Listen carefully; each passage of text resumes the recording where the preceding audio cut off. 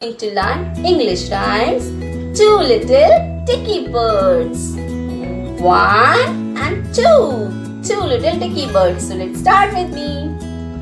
Two little dicky birds sitting on a wall. One named Peter, one named Paul. Fly away, Peter, fly away, Paul.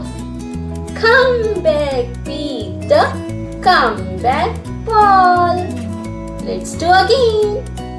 Two little dicky birds sitting on a wall. One named Peter, one named Paul. Fly away, Peter, fly away, Paul. Come back, Peter, come back, Paul. Kids, please learn these rhymes and share your video with me, and I'll bring some more rhymes for you. Till then, bye-bye.